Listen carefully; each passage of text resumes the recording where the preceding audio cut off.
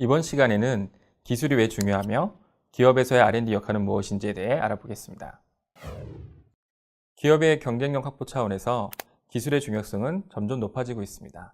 새로운 기술은 신규 기업의 진입을 어렵게 하는 역할을 하거나 기존 기업이 쌓아놓은 진입 장벽을 허물고 선제적 위치를 차지하게 해줄 수 있는데요.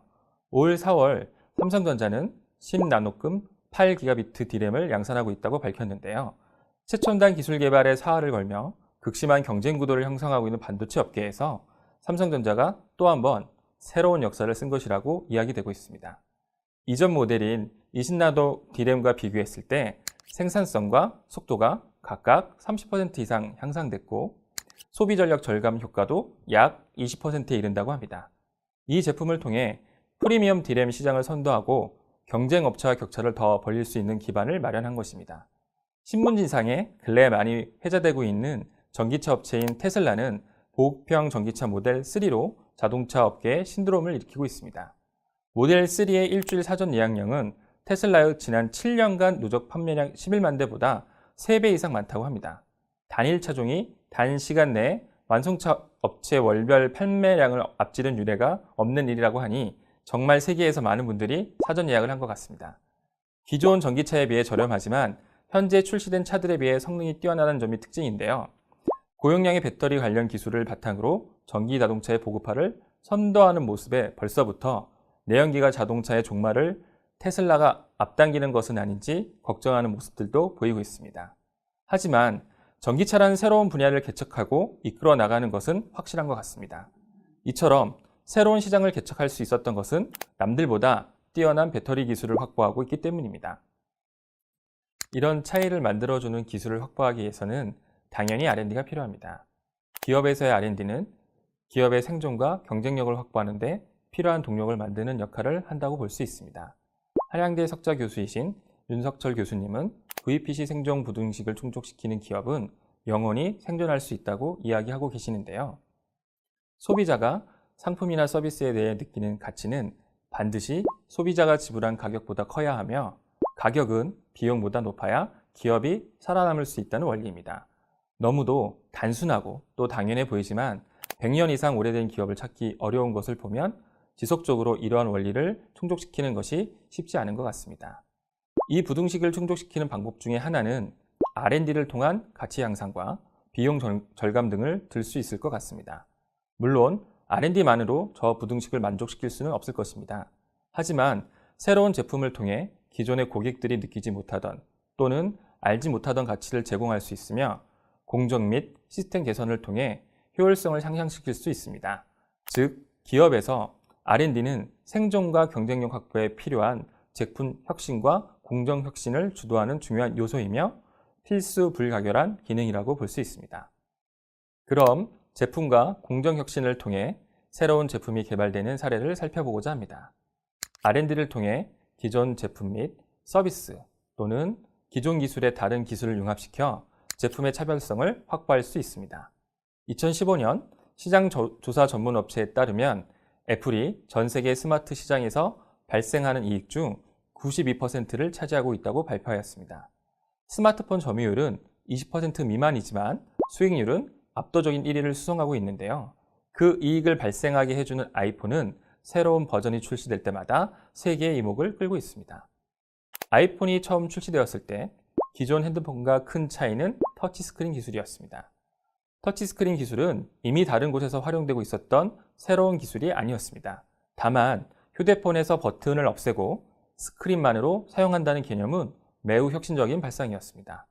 이와 더불어 당시 많은 기업들이 탑재하고자 노력하였던 기능인 인터넷 연결 기능도 함께 제품에 담아냈으며 아이튠즈로 불리는 콘텐츠 플랫폼을 통해 스마트폰에서 사용할 수 있는 앱을 다운로드 받고 개발한 새로운 앱을 업로드할 수 있는 환경을 구현하였습니다. 다양한 기술을 적절하게 융합하여 인터넷이 되는 전화가 아닌 새로운 모바일 디바이스를 개발한 것입니다. 제품과 공정 혁신을 통해 경쟁 우위를 확보한 사례를 살펴보고자 합니다. 노동집약적으로 운영되는 부분을 R&D를 통해 개발된 기술로 대체하여 비용을 절감하거나 제품과 서비스의 질을 향상시킬 수 있습니다. 3D 업종일수록 노동력 부족으로 인한 문제를 많이 겪고 있는 상황입니다. 도시 폐기물 처리 분야 역시 3D 업종으로서 비용 문제 등으로 적절한 청소부를 확보하지 못하는 문제가 있는 것으로 알고 있습니다. 국내뿐 아니라 해외에서도 쓰레기 수거 기업들이 너무 긴 동선과 비효율적인 수거 운영 비용 등으로 인한 문제 해결이 중요한 과제인 것으로 알려져 있습니다. 사물 인터넷 개념을 쓰레기 수거 솔루션에 접목시켜 이러한 문제점을 해결한 국내 벤처기업이 있습니다. 쓰레기통에 태양광 모듈, 압축기를 달아 일반 쓰레기통보다 8배나 더 많은 쓰레기가 적재 가능하도록 개발하고 센서를 통해 실시간으로 쓰레기통에 적재된 쓰레기 양을 알려주도록 하였습니다. 이러한 센서에서 수집된 정보를 바탕으로 가득 찬 쓰레기통을 파악하여 최적화된 경로로 청소차가 쓰레기를 수거할 수 있도록 정보를 제공할 수 있는 솔루션을 개발하였습니다. 태양광 압축 쓰레기통을 활용하여 쓰레기 수거 횟수를 줄이고 센서 기반의 관리 솔루션을 통해 청소부 및 청소차의 운영 비용을 절감할 수 있는 것입니다. 제품 혁신을 통해 서비스 과정에서 발생하는 비용을 절감한 사례라 할 수 있겠습니다. 마지막 사례로는 코닥과 후지필름 사례입니다. 코닥과 후지필름은 필름 업계를 양분했던 회사들이었습니다. 하지만 한쪽은 경영 성과가 악화되며 사라졌고 한쪽은 지속적인 매출 성장으로 기업 가치를 높여가고 있습니다. 필름과 필름 카메라에서 독점적 지위를 누렸던 코닥은 디지털 환경의 변화가 본격화되면서 디지털 기술이 가져올 영향을 인지하고 난 후에도 기존 사업을 유지하고 있었습니다.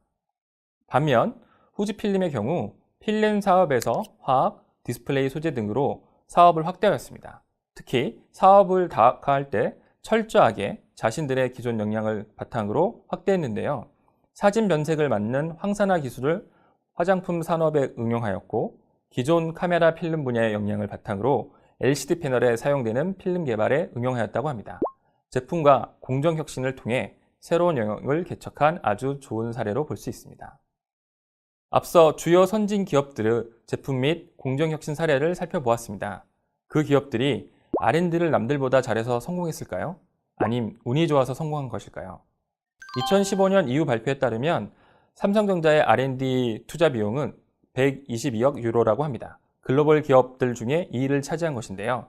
하지만 맥킨지에서 발표한 12대 Y성 기술에서 삼성전자가 특별하게 경쟁력을 가지고 있는 분야가 있는지 잘 눈에 띄지는 않을 것입니다. 물론 반도체와 스마트 일부 분야에서 기술을 선도하고 있는 것은 사실이지만 10년 뒤 새로운 먹거리 분야에서 그러한 경쟁력이 있는지 걱정스러운 것은 사실입니다. 왜 이러한 상황이 발생할까요? 기업의 목표와 목적에 따라 R&D의 투자 방향이 다르기 때문에 차이가 발생할 수는 있습니다.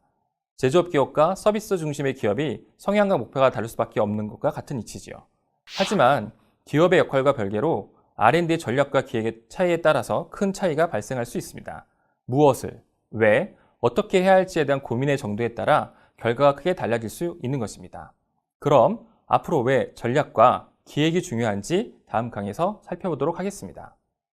지금까지 기업에서 R&D의 역할과 제품과 공정혁신 사례에 대해 알아보았습니다. 그 내용 기억해 두시고요. 여기서 마무리하도록 하겠습니다.